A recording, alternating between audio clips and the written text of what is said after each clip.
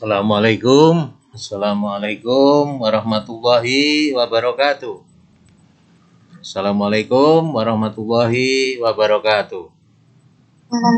Waalaikumsalam. Waalaikumsalam warahmatullahi wabarakatuh. Terima kasih mahasiswaku yang bahagia, cantik-cantik dan ganteng-ganteng. Hari ini sudah memulai Pak Krisno mengajar hukum investasi dan pasar modal ya.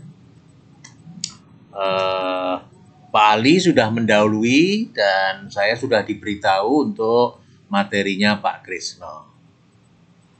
Di mahasiswa sudah punya buku ya. Nanti setiap session Pak Krisno berakhir tentu ada evaluasi soal. Evaluasi soal itu nanti dijawab secara manual saja. Kenapa? Kalau pakai sunan itu nanti ruwet ya. Lah di mana Pak ngumpulnya? Lewat Komting saja. Kapan Pak? Kapan dikumpulkan? Pada 1 minggu atau 2 minggu ya sebelum kuliah berakhir ya. Itu merupakan komponen nilai. Jadi Pak Krisno tidak mengadakan ujian akhir semester, tapi memberi tugas evaluasi pada saat setelah kuliah. Komponen nilai terdiri dari ya kehadiran seperti ini ya, daring, kemudian tugas membuat itu jawaban dari evaluasi. Cukup itu saja nggih? Baik.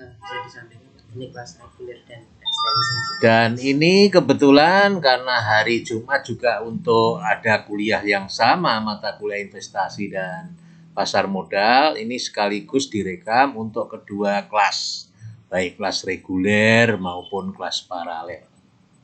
Saya kira tidak menjadikan masalah karena ini sudah direkam dan nanti kehadiran absen bisa langsung lewat sunan. Baik, saudara sekalian, sampai kapan Pak batas absennya? Sampai jam 1, jam 2. Ya, masih dibuka ya Mas, jam 1, jam 2. Karena ini materi pertama, baik saya akan memulai dengan judul tentang pengertian. Ya, orang harus ngerti dulu mata kuliah ini apa sih. Ya. Mata kuliahnya judulnya tentang pengertian dari penanaman modal. Kalau orang menanam tentunya bawa sesuatu kemudian ditanam. Berarti kalau yang ditanam itu modal, ada sesuatu yang dibawa ya modal itu untuk ditanam. Dan penanaman modal itu ada dua, penanaman modal dalam negeri dan penanaman modal asing. Baik. Halaman berapa ini coba dicari sendiri ya, saya nggak bawa bukunya biar mahasiswa cerdas ya. Bukunya dibuka atau ini juga dengerin aja. Nah, beberapa tulisan yang saya buat merah itu tulisan yang barangkali nanti untuk menjawab soal. Boleh saya kasih bocoran ya, pertanyaan pertama itu sambil saudara dengarkan. Jelaskan perbedaan Undang-Undang Nomor 25 tahun 2007 ini tentang penanaman modal dengan undang-undang yang lama.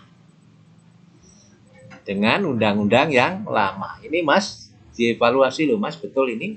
Bisa dengar ya? Nah, artinya nggak ada kesulitan ini. Ya. Ya, saya bacakan yang penting-penting saja. Sudah ketemu saudara apa halamannya ini tentang pengertian? Lanjutan dari Pak Ali ya. Pak Ali nanti akan evaluasi sendiri dan Pak Krisno akan evaluasi sendiri. Oke ya, sangat bagus ini. Ada bukunya ya. Jadi kita tinggal mendengarkan sama melihat ya. Karena untuk bisa menangkap sesuatu ilmu itu di samping mendengarkan, itu juga harus tahu mengenai lihat matanya. Dilihat dari matanya. Undang-undang penanaman modal 25 2007 tentang penanaman modal tidak mengadakan perbedaan, ya. Sedangkan undang-undang lama itu mengadakan perbedaan antara apa? Penanaman modal dalam negeri dan penanaman modal asing. Undang-Undang Nomor 25 2007 hanya mengatur mengenai kegiatan penanaman modal secara keseluruhan, yang di dalamnya mengatur baik mengenai penanaman modal asing dan penanaman modal dalam negeri, dan tidak mengadakan pemisahan undang-undang secara khusus seperti halnya pada undang-undang penanaman modal yang dulu, ya. Ini jawabannya. Ya, jawabannya bahwa undang-undang yang baru itu tidak membedakan. Ya, itu perbedaannya antara undang-undang yang lama dengan undang-undang yang baru. Next, Ya, lanjut. Penanaman modal itu apa? Ya, tadi kita harus tahu kalau membaca sesuatu, mempelajari mata kuliah, tentu pengertiannya apa sih penanaman modal? Penanaman modal adalah segala bentuk kegiatan menanam modal, ya, baik oleh penanam modal dalam negeri orang Indonesia maupun penanam modal asing untuk melakukan usaha dan di wilayah Republik Indonesia. Jadi kalau penanaman modal di Malaysia ya kita tidak mengikuti dan tidak mempelajari itu, ya. Yang diajarkan di sini adalah orang-orang yang menanam modal di wilayah negara Republik Indonesia. Pengertian tersebut dijabarkan dan diberikan dalam berbagai peraturan yang kesemuanya memberikan pengertian yang sama. Apa saja itu? Kita harus melihat kalau membuat sistematika peraturan perundangan, tentunya kita membaca undang-undang yang paling tinggi, ya. Undang-undang, ya. Kemudian ada peraturan pemerintah, ya. Kemudian ada peraturan presiden, itu kan di bawahnya. Jangan sampai saudara menulis setelah undang-undang peraturan presiden, padahal ada peraturan pemerintah. Tata urutan perundangan, ya. Ini dibaca sendiri, ya, kelamaan nanti kalau Pak Krusno harus membaca. Sudah ketemu halamannya, sayang? Saudara-saudara sudah ketemu halamannya di bukunya? Jawab, sudah, ya. Nah, dikasih stabilo bos, nanti sehingga saudara kuliah ini sudah bisa mengevaluasi, ya. Jadi kita mau menjelaskan sejelas-jelasnya supaya saudara gampang di dalam belajar. Membaca buku itu kalau nggak tahu yang penting ya suwi, nggak iso masuk-masuk Pak. Iya, karena membaca itu harus minimal 17 kali. Itu aja hanya untuk membedakan antara 1945 atau 1954. Ya, perbedaan angka saja. Itu mocone ping 17 lho. Kowe lagi ping 3 wis mutung. Walah Pak ora mlebu-mlebu. Bukune diobong.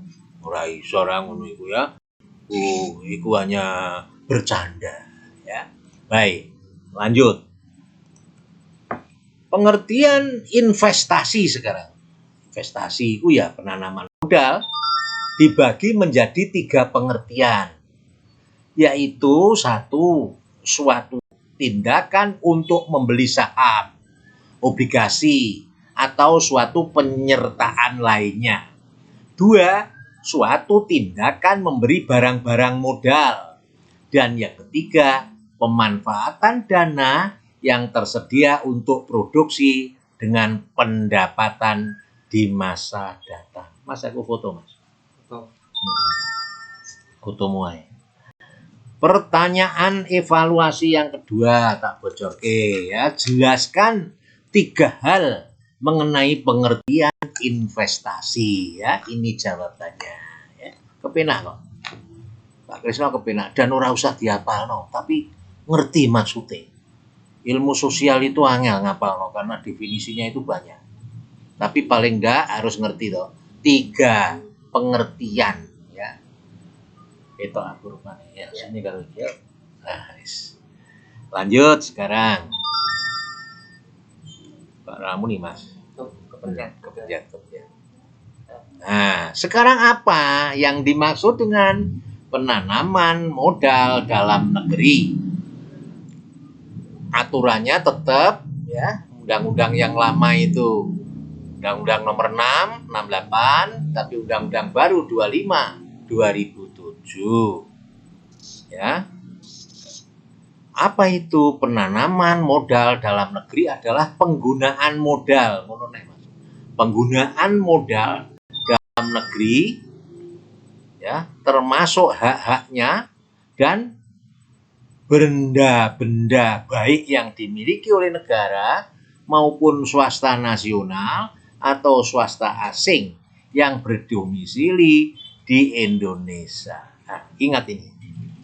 Jadi ternyata Undang-Undang nomor 25 itu pengertian penanaman modal dalam negeri itu termasuk hak-hak dan benda-benda baik yang dimiliki oleh negara maupun swasta nasional atau swasta asing. Nah, ini loh bedanya di sini. Penanaman modal menurut Undang-Undang 25 2007 itu ternyata tidak dibedakan antara ya, modal dalam negeri dan modal luar negeri atau modal asing. Namun di dalam undang-undang yang lama, Undang-Undang nomor 6 tahun 68 ya, itu diadakan, nanti kita lihat. Oke, lanjut. Sedangkan penanaman modal dalam negeri menurut ketentuan pasal 1 ayat 5 Undang-Undang 2005-2007 dan pasal ayat 1 pasal 1 ayat 5 Presiden Peraturan Presiden 76/2007 tentang kriteria dan persyaratan penyusunan bidang usaha yang tertutup dan bidang usaha yang terbuka dengan persyaratan di bidang penanaman modal, dan yang dimaksud dengan penanaman modal dalam negeri adalah kegiatan menanam modal untuk melakukan suatu usaha di wilayah Republik Indonesia yang dilakukan oleh penanaman modal dalam negeri yang menggunakan modal dalam negeri. Ini kriteria persyaratannya saja yang beda. Oke. Penanaman modal asing itu apa? Penanaman modal asing yang dimaksud dengan Undang-Undang nomor 167 hanya meliputi penanaman modal asing secara langsung yang dilakukan menurut atau berdasarkan ketentuan undang-undang dan yang digunakan untuk menjalankan perusahaan di Indonesia. Dalam arti bahwa pemilik modal secara langsung menanggung risiko dari penanam modal tersebut. Jadi kalau ada orang menanamkan modal asing itu, maka risikonya terhadap pemilik modal orang asing itu tanggung jawabnya risiko pada pemilik modal asing. Ya. Sekali lagi, penanaman modal asing itu cirinya dalam menjalankan usaha di Indonesia, pemilik modal secara langsung menanggung risiko. Berdasarkan perusahaan tersebut, maka unsur pokok dari penanaman modal asing adalah penanam modal secara langsung, indirect, menggunakan modal untuk menjalankan usaha di Indonesia. Risiko langsung ditanggung oleh pemilik modal. Maka berdasarkan uraian di atas juga dapat ditarik beberapa unsur, yaitu penanam modal asing secara langsung dilaksanakan menurut dan atau berdasar undang-undang, digunakan untuk menjalankan usaha di Indonesia, penanam modal menanggung risiko dari penanam modal tersebut. Bodoh ya. Bodoh. Bila Undang-Undang Nomor 1 Tahun 67 tidak memberikan pengertian mengenai penanaman modal asing, maka Undang-Undang 25 2007 tentang penanaman modal dalam pasal 1 ayat 3 dan pasal 1 ayat 5 Peraturan Presiden 76 2007 tentang kriteria dan persyaratan penyusunan penanaman modal dalam usaha yang tertutup dan terbuka dengan persyaratan di bidang penanaman modal memberikan pengertian dan definisi yang jelas mengenai penanaman modal asing sebagaimana berikut ini. Penanaman modal asing adalah kegiatan menanam modal untuk melakukan usaha di wilayah Republik Indonesia yang dilakukan oleh penanam modal asing baik yang menggunakan modal asing sepenuhnya maupun berpatungan dengan penanam modal dalam negeri. Baik. Pertanyaan evaluasinya yang ketiga adalah, nanti saya akan tulis kembali, jelaskan yang dimaksud dengan penanaman modal dalam negeri dan penanaman modal asing menurut Undang-Undang 25 2007 dengan undang-undang yang lama. Ya. Jadi saudara bisa membedakan pengertian modal dalam negeri dan penanaman modal asing. Nek Undang-Undang Nomor 25 iku munine ngene, nek undang-undang lama munine ngene. Ada orang berpendapat namanya Hulman Panjaitan mengatakan penanaman modal adalah, terutama modal asing, adalah suatu kegiatan penanaman modal yang di dalamnya terdapat unsur asing. Unsur asing mana dapat ditentukan oleh adanya kewarganegaraan yang berbeda, asal modal dan sebagainya.